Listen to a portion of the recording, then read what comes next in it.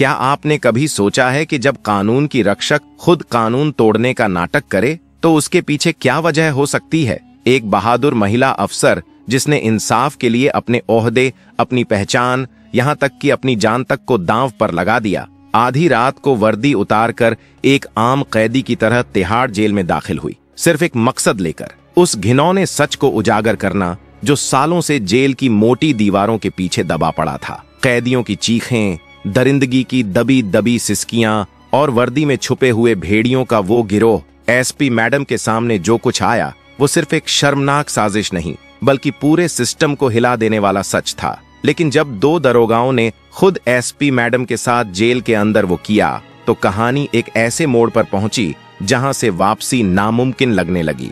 आखिर में क्या हुआ? कैसे एक महिला अफसर ने अकेले ही उस गंदगी को साफ किया जिसमें कई बड़े अफसर तक डूबे हुए थे? देखिए इस वीडियो को आखिरी सेकंड तक, क्योंकि आखिर में जो सामने आया उसने पूरे महकमे की नींव हिला दी। ये सिर्फ एक ऑपरेशन नहीं था, ये एक क्रांति थी। एसपी मैडम की इस खामोश जंग की दास्तान आपको हिला देगी। दोस्तों, दिल्ली एक ऐसा शहर जिसे लोग सपनों की राजधानी कहते हैं। ऊंची इमारतें, चमचमाती गलियां और हर वक्त भागती हुई जिंदगी। लेकिन इस रोशनी के पीछे एक ऐसा अंधेरा भी है जहां कई कहानियां दबी रह जाती हैं और कुछ सच्चाइयां कभी बाहर ही नहीं आ पाती। उसी दिल्ली में एक नाम था एसपी अंजलि मेहता। बाहर से जितनी शांत, उतनी ही भीतर से सख्त। न जुल्म से डरती थीं, न जालिमों को बख्शती थीं। कहा जाता था अगर किसी अपराधी ने सिर्फ उनका नाम भी सुन लिया तो जुर्म कबूल करना उसके लिए मजबूरी बन जाता। अंजलि एक छोटे से गांव से निकल कर आई थीं, जहां रास्ते तो कम थे लेकिन हौसले बुलंद थे। संघर्षों की तपिश में तपकर उन्होंने अपनी पहचान बनाई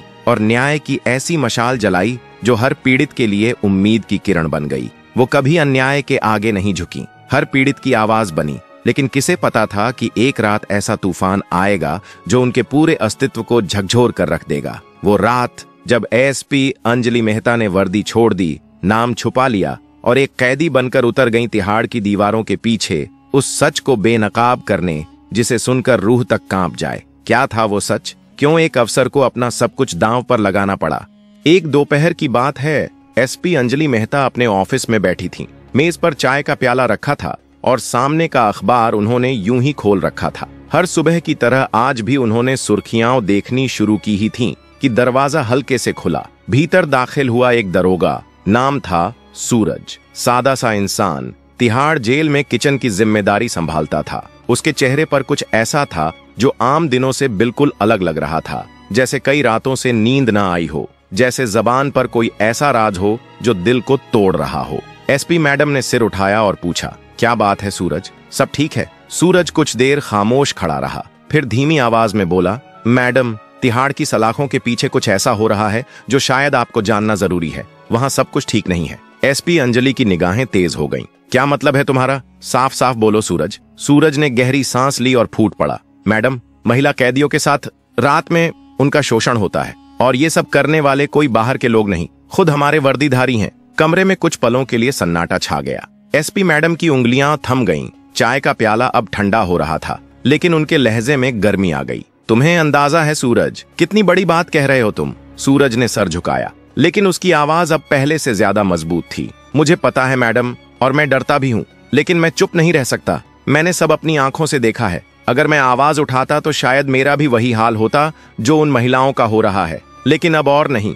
एसपी मैडम का चेहरा अब कठोर हो चुका था। उनके मन में बस एक बात थी, अगर ये सच है तो ये न सिर्फ इंसानियत के खिलाफ है, बल्कि उस वर्दी के भी खिलाफ है जिसे मैं पहनती हूँ। उन्होंने धीरे से चाय का कप नीचे रखा, अखबार बंद किया और एक फैसला ले लिया। उसी पल अंजलि मेहता सिर्फ एसपी नहीं रहीं, वो बन गईं एक जांबाज औरत जो अब हर कीमत पर सच को उजागर करने निकलेगी। सूरज अंजलि मेहता ने सूरज की बातें ध्यान से सुनी। एक पल के लिए उनकी आंखें अखबार से हटीं और वे सीधे उसकी तरफ देखने लगीं। सूरज, तुम्हारा शुक्रिया कि तुमने इतना बड़ा सच मेरे सामने रखा, लेकिन मुझे एक बात समझ नहीं आई। जब मैं पिछले हफ्ते जेल में खुद गई थी निरीक्षण के लिए, तब किसी महिला कैदी ने मुझसे कुछ क्यों नहीं कहा? सूरज ने एक थकी और डरी हुई सांस छोड़ी। मैडम, वहां की हालत आप ऊपर से जितनी साफ सुथरी दिखती है, अंदर से उतनी ही सड़ चुकी है। वो पुलिस वाले जो दिन में कानून के रक्षक बनते हैं, वही रात में भक्षक बन जाते हैं। औरतों को धमकाया जाता है, अगर जुबान खोली तो जुबान काट देंगे। बाहर जाना तो दूर, जिंदा रहना भी मुश्किल हो जाएगा। डर इतना है कि कोई औरत सांस तक नहीं लेती बिना इजाजत के। एसपी मैडम कुछ पल के लिए शांत रहीं, फिर उनकी आवाज में गर्मी आ गई। तुमने बहुत हिम्मत दिखाई सूरज, मैं तुम्हारे इस साहस की कद्र करूंगी और सरकार तक तुम्हारा नाम जरूर पहुंचाऊंगी। लेकिन अभी वक्त है सच को सामने लाने का। मुझे बताओ, ये सब होता कब है? सूरज की आंखों में बेचैनी थी। रात के वक्त मैडम, जब पूरा सिस्टम नींद में होता है। दिन भर की ड्यूटी के बाद कुछ पुलिसकर्मी महिला सेल के इर्द गिर्द मंडराने लगते हैं। वही वक्त होता है जब इंसानियत को सबसे ज्यादा रौंदा जाता है। एसपी अंजलि ने एक ठंडी सांस ली, फिर कहा, ठीक है सूरज, आज शाम मैं खुद जेल में निरीक्षण करने आऊंगी और तुम हर बात मुझे बताते रहना। उस शाम एसपी अंजलि जेल पहुंची। सभी वार्डन, सिपाही और कैदी बिल्कुल सधे हुए लग रहे थे, जैसे कोई पर्दा खींच दिया गया हो। लेकिन एसपी मैडम की अनुभवी निगाहें सब समझ रही थीं, यह सन्नाटा असली नहीं था। उन्होंने महिलाओं से बात करने की कोशिश की, इशारे में समझाया, लेकिन हर चेहरा एक जैसा लगा, डरा, बुझा हुआ और जैसे जुबान पर ताला जड़ दिया गया हो। रात के अंधेरे में क्या क्या घटता है, ये केवल वे दीवारें जानती थीं, जिन पर महिलाओं की चीखें कभी दर्ज नहीं होती। अगले दिन एसपी मैडम अपने ऑफिस लौटी। मन बेचैन था। वो जानती थीं कि यह मामला सिर्फ शब्दों से नहीं खुलेगा, कुछ ऐसा करना पड़ेगा जो आज तक किसी ने न किया हो। फिर उनके दिमाग में एक योजना आई, एक ऐसा फैसला जो उनकी जान तक ले सकता था। अगर मुझे ये पर्दा हटाना है तो मुझे खुद उस पर्दे के पीछे जाना होगा। मुझे एक कैदी बनकर जेल में दाखिल होना पड़ेगा, बिना अपनी पहचान जाहिर किए। और दोस्तों, वही रात आ पहुंची, वो रात जो एसपी अंजलि की जिंदगी को हमेशा के लिए बदल देने वाली थी। 15 मार्च की वो गुरुवार की रात। घड़ी में 2 बज रहे थे। कुछ पुलिस वाले झपकी में थे, कुछ अपने मोबाइल में मस्त थे और कुछ उन अंधे कोनों की ओर बढ़ रहे थे जहां कैदी महिलाएं नींद और डर के बीच कहीं छुपकर सांस ले रही थीं। लेकिन इस बार उस अंधेरे में एक ऐसी औरत भी थी जिसने डर को नहीं बल्कि न्याय को साथ लेकर कदम रखा था। अब वो घड़ी भी आ गई थी जब एसपी अंजलि मेहता को एक अफसर नहीं, एक कैदी बनकर जेल की सलाखों के पीछे उतरना था। अपने तमगे, रुतबे और पहचान को पीछे छोड़कर उन्होंने पहन लिए वही खाकी भूरे कपड़े जो आमतौर पर उस महिला जेल की कैदियों को दिए जाते थे।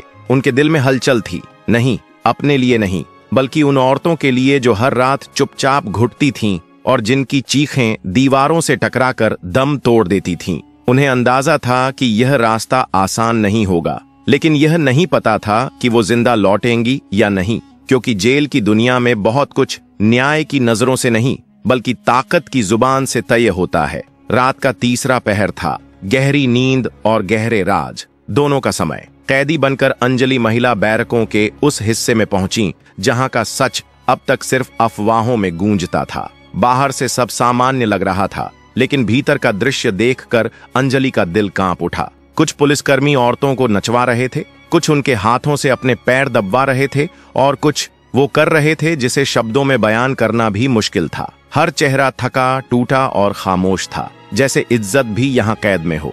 एसपी मैडम पहले से तैयार थीं। उनके कुर्ते की सिलाई में एक बारीक माइक छुपा था और बालों की क्लिप में एक छोटा सा कैमरा फिट था। हर पल, हर हरकत रिकॉर्ड हो रही थी। ये एक मिशन था, वो मिशन जो उनके नाम से नहीं, उनके हौसले से जीता जाना था। तभी एक दरोगा सामने आया और घूरते हुए बोला, तू कौन है बे? पहले कभी नहीं देखा तुझे। नाम क्या है तेरा? अंजलि ने गहरी सांस लेते हुए कहा, साहब मैं नई आई हूँ, आज ही सुबह लाया गया है मुझे। अरे अच्छा, क्या जुर्म किया तूने? चोरी का इल्जाम है, लेकिन मैंने कुछ नहीं किया। एक और पुलिसकर्मी हंसते हुए बोला, सब यही बोलते हैं, कोई खुद मानता है क्या अपना जुर्म? चल नाम बता। अंजलि ने हल्के स्वर में कहा, काजल। नाम सुनते ही सब दरोगा हंस पड़े। अरे वाह काजल, बड़ा फिल्मी नाम है तेरा। चल मेरे पैर दबा, आज बहुत थक गया हूँ। अब की बार अंजलि का चेहरा तन गया। साहब मैं यहाँ सज्जा काटने आई हूँ, आपकी सेवा करने नहीं। मेरा जुर्म भी अभी साबित नहीं हुआ है, मैं आपके पैर नहीं दबाऊंगी।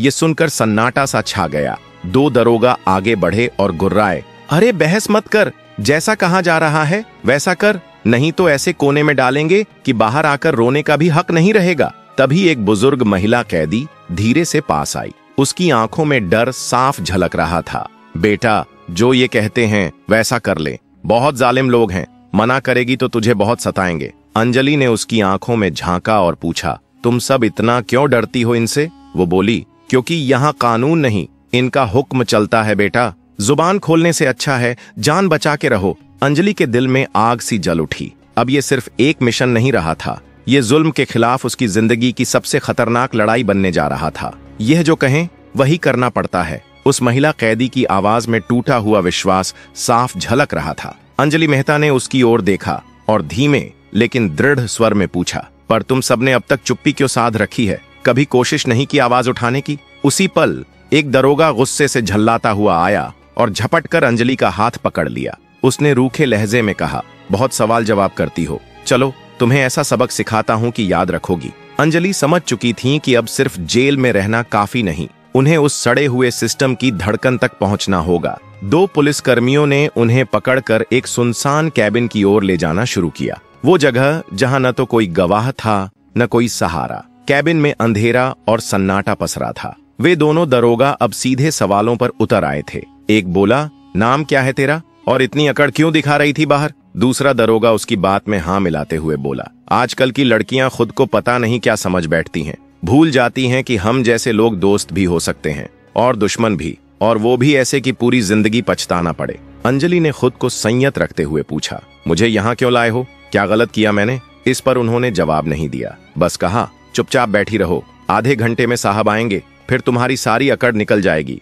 यहीं अंजलि ने एक चौंकाने वाला फैसला लिया। उन्होंने अपनी असल पहचान उन्हीं दरोगाओं के सामने खोल दी। वजह थी, उन्हें भरोसा था कि ये दोनों पूरी तरह खोखले नहीं हैं। वो देख चुकी थीं कि दोनों की आंखों में अब भी डर था, जो उनकी नौकरी से जुड़ा था, उनके करियर से। दरअसल ये दोनों कुछ ही हफ्तों पहले इस जेल में तैनात हुए थे और धीरे धीरे सिस्टम की दलदल में धंसते जा रहे थे।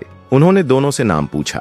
एक ने खुद को आरव बताया और दूसरा सनूज। क्या तुम जानते हो मैं कौन हूँ? अंजलि ने शांत स्वर में पूछा। आरव हंस पड़ा। हम क्या कोई ज्योतिषी हैं जो पहचान लेंगे तुम्हें? सनुज बोला। तुम्हें लगता है हम डर जाएंगे? चलो हटो, साहब आएंगे तब बताना। तभी अंजलि ने गहरी सांस ली और अपने कुर्ते की अंदरूनी जेब से एक पहचान पत्र निकाला। अब देख लो, मैं वही हूँ जिससे अब तक डरते आए हो। मैं एसपी अंजलि मेहता हूँ। पहले तो दोनों हंसने लगे। अरे वाह, तू एसपी है तो मैं राष्ट्रपति हूँ। चलो नरेंद्र मोदी, चाय मंगाओ। फिर जैसे ही उन्होंने आईडी कार्ड हाथ में लिया और रोशनी में गौर से देखा, उनके चेहरे की रंगत उड़ गई। घबराहट में दोनों के शरीर कांपने लगे और एक ने कांपती आवाज में कहा, मैडम हमें माफ कर दीजिए, हम आपको पहचान नहीं पाए। दूसरा दरोगा तुरंत पैरों में गिर पड़ा। हमें बचा लीजिए मैडम, हमने जो किया वो मजबूरी में किया। हमें नहीं पता था कि आप खुद जांच के लिए आई हैं। अब हालात बदल चुके थे। डर उन चेहरों पर था जिनका रुतबा अब तक सबके सिर पर सवार था। एसपी अंजलि की निगाहें अब उन दरोगाओं में कोई अपराधी नहीं, बल्कि वो मोहरे देखने लगी थीं, जो एक गंदे सिस्टम के हाथों बेजान होकर सब कुछ सहते रहे थे और करवाते भी। एसपी मैडम ने दोनों दरोगाओं की ओर देखते हुए गंभीर स्वर में कहा, मैंने तुम्हें माफ किया है, लेकिन सिर्फ इस शर्त पर कि तुम मेरी मदद करोगे। दोनों दरोगा तुरंत बोले, हाँ मैडम, आप जो कहेंगी हम वही करेंगे, हम पूरी तरह आपके साथ हैं। तब मैडम ने उनसे सीधा सवाल किया, यहाँ रोज रात को महिला कैदियों के साथ क्या हो रहा है? दरोगाओं ने झिझकते हुए वो सारी बातें बताईं जो पहले सूरज ने भी कही थीं। अब अंजलि को यकीन हो गया कि सूरज की कही बात कोई बड़ा चढ़ाकर सुनाई गई कहानी नहीं थी, बल्कि पूरी तरह सच थी। एसपी मैडम ने अपनी जेब से एक छोटा कैमरा और माइक निकाला और कहा, मेरे पास तो एक सेट है ही, ये लो दूसरा, जाकर वो सब रिकॉर्ड करो जो यहाँ हो रहा है और मुझे लाकर दो। दोनों पुलिस वाले थोड़े सहमे हुए थे। उनकी आंखों में डर साफ झलक रहा था। अंजलि ने उन्हें भरोसा दिलाया, डरो मत, मैं तुम्हारे साथ हूँ। मुझे पता है कि तुम्हारी पोस्टिंग यहाँ हाल ही में हुई है और तुम अब तक इस गंदे सिस्टम में पूरी तरह नहीं डूबे हो। उन्होंने उन दोनों के नाम और उनके परिवार की कुछ बातें भी बता दी, जिससे दरोगा चौंक गए। अब वे पूरी तरह से एसपी मैडम पर भरोसा कर चुके थे। थोड़ी हिम्मत जुटाकर वे दोनों उस हिस्से की ओर बढ़े जहां महिला कैदियों के साथ अन्याय हो रहा था। उन्होंने सब कुछ चुपचाप कैमरे में रिकॉर्ड कर लिया और देर न करते हुए सबूत लेकर एसपी मैडम को सौंप दिया। मैडम वह फुटेज लेकर उसी रात जेल से बाहर निकल गईं। उधर दोनों दरोगा जैसे ही फिर से पुलिस वालों की बैठक में लौटे, एक सीनियर अफसर ने पूछा, अरे वो औरत कहाँ गई जो ज्यादा बोल रही थी? जरा मैं भी उसे देखूं। लेकिन जैसा कि एसपी मैडम ने पहले ही हिदायत दे दी थी, अगर किसी को बताया कि मैं एसपी हूं तो तुम्हारा हाल भी वही होगा जो उन दोषियों का होने वाला है। दोनों चुप रहे। उन्होंने बस मुस्कुराकर जवाब दिया, साहब, उसे हमने ऐसा सबक सिखाया है कि अब वह दोबारा सवाल करने की हिम्मत नहीं करेगी। अगले ही दिन सुबह एएसपी मैडम पुलिस मुख्यालय पहुंची।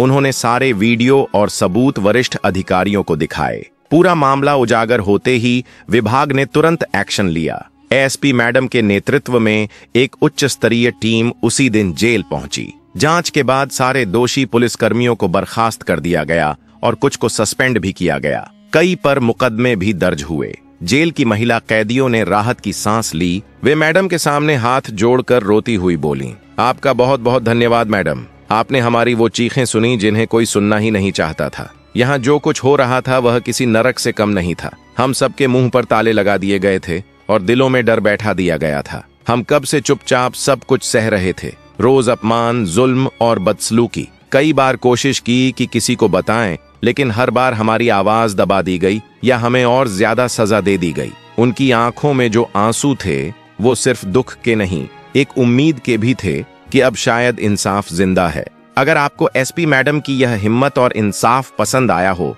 तो इस वीडियो को एक नेक नियत के साथ लाइक जरूर करें। इसे ज्यादा से ज्यादा शेयर करें ताकि हर कोई जान सके कि सिस्टम से लड़ने वाले आज भी मौजूद हैं। और अगर आप भी चाहते हैं कि हम ऐसे ही सच्चाई, हिम्मत और इंसाफ की कहानियां आप तक लगातार पहुंचाते रहें तो अभी चैनल को सब्सक्राइब करें और बेल आइकन दबाना न भूलें, क्योंकि एक क्लिक किसी की आंखें खोल सकता है।